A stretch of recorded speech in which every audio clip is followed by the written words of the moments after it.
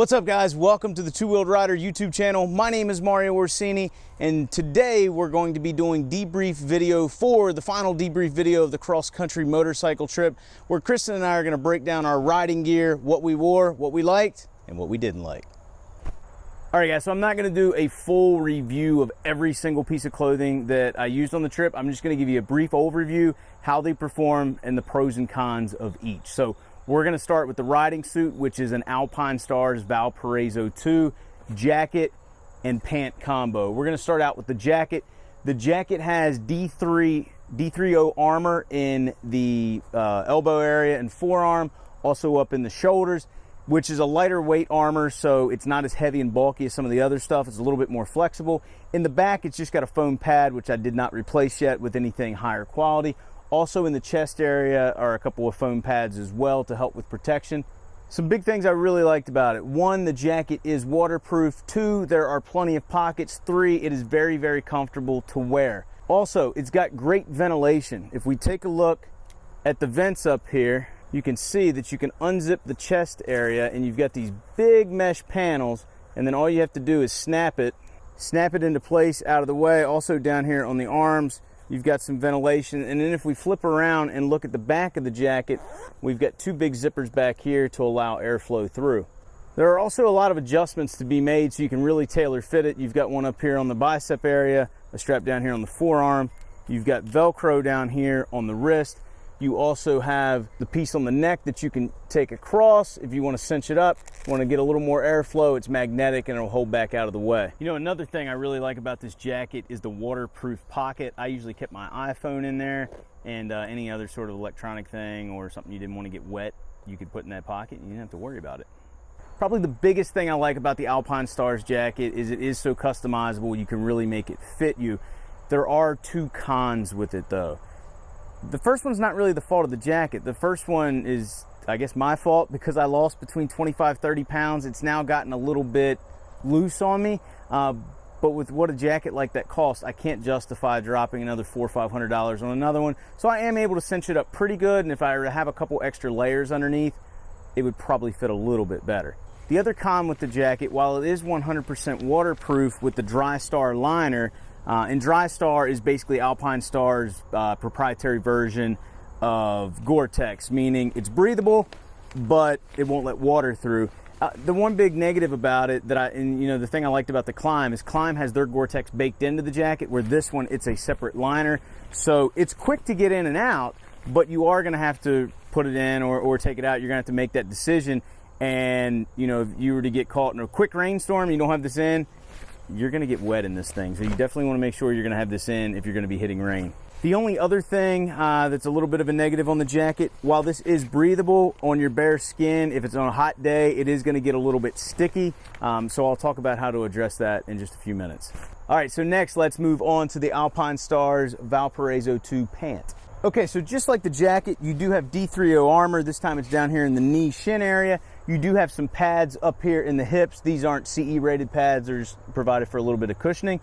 Some things I like about the pants. They're very, very comfortable. They're customizable as well. You've got the Velcro down here. You can cinch it up as tight as you want. If you need to get in and out with your boot on, you have a big, large zipper here that you can fit your boot down through. Also, pretty good ventilation. You've got this zippered panel right here that opens up and can stick back. And then, if you want to close it back up, it's pretty simple. It's held on with Velcro there and a zipper there. The other thing I like about it, I love these zippered pockets here on the side. If you're going to put your wallet, motorcycle key, whatever, important stuff will go in here and you don't have to worry about it falling out because you've got the added protection of the zipper. Now, you just saw that as it started to fall, they also have suspenders built in. Now, if you don't want to use the suspenders, you don't have to, and they come out pretty easily. There's just a little Velcro tab on each one and you can pull them out. If you don't want to use that, you do have the waist cinch here on the side. Also, you do have a zipper built into the back of them that you can zip into the Alpinestars Valparaiso 2 pants to kind of make it like a one-piece suit.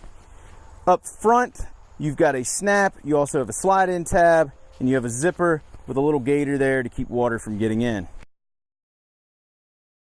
With that, let's move on to the cons with these pants. It's pretty much the same as the jacket. Number one, I lost 25, 30 pounds. So they're way too big at this point, especially around the waist of the pants. And number two, just like the pants, you have to put in this liner. Now, I can state for fact that this liner is 100% rainproof. The problem is you have to take your pants off in order to put the liner in. So if it had a baked-in liner, it would be, you know, much more convenient than having to zip in this liner. And again, it's quick to do. It's not that difficult. So if you're going to do it early in the morning before you take off, no big deal. But if you need to do it mid-ride, you got to take your pants off. Speaking of pants, to not funk up my riding pants, because I have not washed these things at all, I bought these Russell Athletic from Walmart. They're just like a little compression pant. They're supposed to be made to provide you with a little bit of layer of insulation, but I found they actually keep me cool on hot days and a little bit warmer on cold days. The great thing about these are you can wear them under your riding pants. I usually only wear them one day because you'd sweat in them, and you can wash them up in the shower at night and they dry up really, really quick. So they don't have the netting of the pants sticking to your sweaty leg. Also, if you've got the rain liner in these pants, it kind of gets sticky like the jacket part does. So it just keeps it from sticking, allows you to get your pants on and off easy. And it just gives you a little bit of moisture wicking material to keep you a little bit cooler, or if it's cold, surprisingly, a little bit warmer. Now, the only long sleeve I brought with me was the matching Russell Athletic long sleeve, which this one fits a little bit looser. It's not so tight fitting as what the pants are. Again, gives you a little bit of moisture wicking material, but I also found that on cooler days, I could use this as a base layer and it kept me a little bit warmer. And also, if I had the rain liner in, again, to keep the rain liner from being directly on my skin, it just gave me another layer of moisture wicking material to make the ride a little more comfortable. When it comes to my base layer, all I wore was just a t-shirt and underwear. I just wore like standard pair of underwear. When it comes to socks, I basically just wore standard old crew socks. These are Russell Athletic socks you can pick up at Walmart. You can get a pack of them. They're probably come out to like $3. I also wore some Nike Dry Fit. Both socks performed fine. They kept my feet nice and cool. And on the cooler days, you know, they didn't get cold either. Speaking of feet, lately I've been rocking the Alpinestars Belize boot. It's an adventure style boot. They also make one called the Corazal, which is taller, kind of like a dirt bike boot. This one's a little bit shorter. I've been using it as a touring boot, and it's pretty comfortable to walk around in. It's 100% waterproof. It's also easy to get in and out of. You just have these two buckles right here and a big piece of Velcro.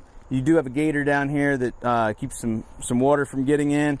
Go there. It's very, very quick to cinch back up. It's a whole lot easier to do when it's actually on your foot. Locks right into place. Now, I wore these on, you know, in temperatures as hot as 121 degrees.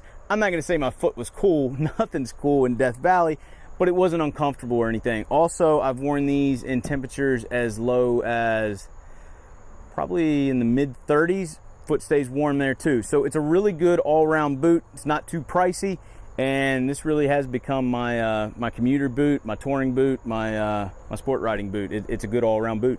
Now, right before we took off on the trip, I upgraded my gloves too. I went with the Alpinestars. I promise this video is not being sponsored by Alpinestars. It's just the stuff I went with.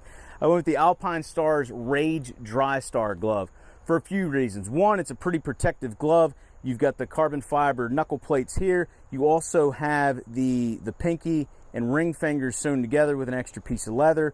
Over on the palm, you've got plenty of padding, and you also have a little piece of carbon fiber there too. You've got an extra little extension piece here that comes back to protect that bone there in the wrist.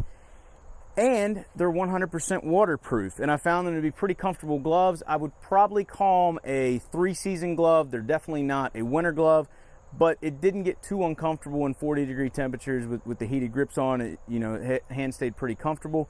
The only downside is they faded horribly. This right here was actually red when I left, and about a week to 10 days into the trip, it had turned pink, and now it's just turned like a dirty looking color. So wish they would have kept their color a little better, but they were very comfortable. They broke in quickly, and I would definitely buy this pair of gloves again. Last but not least, my Shoei X14 helmet was what I wore this entire trip. Now, I know some of you are thinking, why are you wearing a Shoei X14? That's a racing helmet. In fact, Marc Marquez and Bradley Smith and MotoGP wear this helmet. And the reason is I got such a sweet deal on it. I don't want to say exactly, but I got it for under $300. So I couldn't pass it up. Brand new helmet. You know, it was decent enough for touring. It's got good airflow. The biggest thing I liked about it is the pen lock shield. Now, this isn't the only helmet with pen lock. Most of the newer Shoeis have pen lock.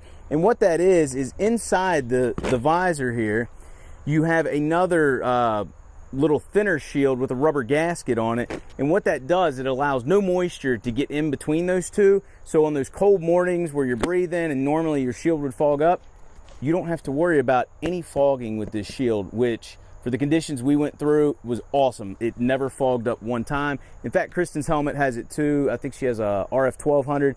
I love the pen lock shield. In fact, this is my first helmet that's had one.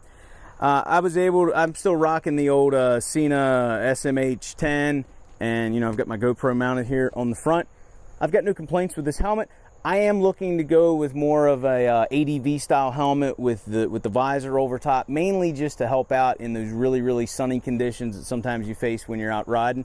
But aside from that, you know, I'm not getting rid of this helmet anytime soon. The colors on it are amazing, and of course I've got my logo here on the back. All right, guys, so that's a rundown of my riding gear, and now we're gonna go over and check out Kristin's riding gear and see how it performed for her. Hey everyone, we're back and have some info about our gear that we wore on our trip. First off, I'm gonna start with my jacket. It's a first gear jacket, has a mesh outer liner, and as you can see, my inner liner's in for rain, weather. I use it also because I get cold in the wind, and it really helps. Super easy to take in and out. There's a zipper on the side. There's some snaps in the sleeves. You just take it out, put it right back in. Has these pockets in that I keep my cell phone. I can put my wallet in here and things like that. So it has armor in the jacket and the elbows and the shoulders. There is no back pad. It's like foam, so it's not heavy armor or anything. So as far as comfort in this jacket, it's actually pretty nice because when I get cold, I can layer up, so I can put a long sleeve shirt, a sweatshirt, and this over it, and it's not too tight. I do take the inside liner out when it gets really hot, such as Death Valley, and just wear the mesh liner, but otherwise I usually keep the inside liner in my jacket. All right, so my pants, I have my Alpinestars, which I really like, mainly because I have the waterproof rain liner baked in, so I don't have to take them in and out like I do my jacket. The nice part is it keeps me warm and from the wind, keeps me pretty protected, but also there are vents, so I can crack those open just by a zipper on either side. They do have pockets, so I can set, you know, phone or whatever I have at the moment in, and for the most part, they're pretty comfortable. I like them better than my riding jeans, which I previously had, and those are my pants. All right, so next up are my boots. They are waterproof TCX riding boots. They have been through, it looks like a battle a couple times, but they've held up over the years. I've had them for probably about 3 years or so. They zip up the sides, keep my feet really dry, really warm, never had an issue, highly comfortable to walk around in. I think I'll keep them for another few years and see how they do, and then maybe eventually go to a new pair. All right, so now I have my gloves, which also I've had for a few years and held up pretty decently. They're summer meshed back glove. They keep my hands pretty cool, not very warm. If they get wet, it's pretty chilly. But other than that, I mean, they're icons. They've held up really well, but I think next season it might be time for a new pair. All right, so the last item up is my RF 1200 Shoei helmet. Got this a few years ago for a gift. Thank you very much. Really like this a lot. It's a lot lighter weight than my old helmet, which was a Scorpion. So I do like this. Ventilation's really great on it. It has vents in the front, in the rear. Wind noise isn't bad. Also helps that we have the earplugs and they fit in there pretty comfortably. And we also have our headset device that we can communicate with. Another feature on this that I really like is the pen lock shield. It keeps it from fogging up, so no problems there. Love this helmet. All right, so that's pretty much it on my gear, at least for the summertime. My winter gear varies a little bit different from the jacket and some warmer things that I use, some tips and tricks. But other than that, that's what I get. All right, guys, so that's it. That is the fourth and final video in the cross-country Debrief series. I hope you guys enjoyed tonight's video. If you did, please give me a thumbs up. If you're not a subscriber, consider hitting that subscribe button. What's that? The trip videos. Oh, yeah, they'll be coming out soon. Anyway, if there's something we didn't answer, you have an additional question, be sure to let us know in the comments section below. And as always, I'll talk to you again soon.